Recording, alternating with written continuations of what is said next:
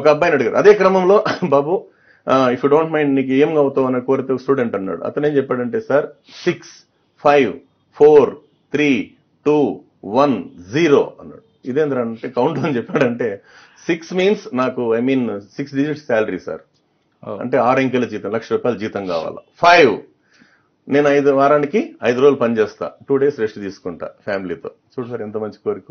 4 4 చక్రాల కారు కావాలి.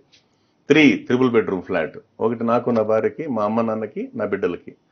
2 ఒక అమ్మాయి ఒక అబ్బాయి. 1 ఒకే పెళ్ళాం. 0 టెన్షన్ లేకుండా బతకడం. చిన్నప్పటి నుంచి సార్.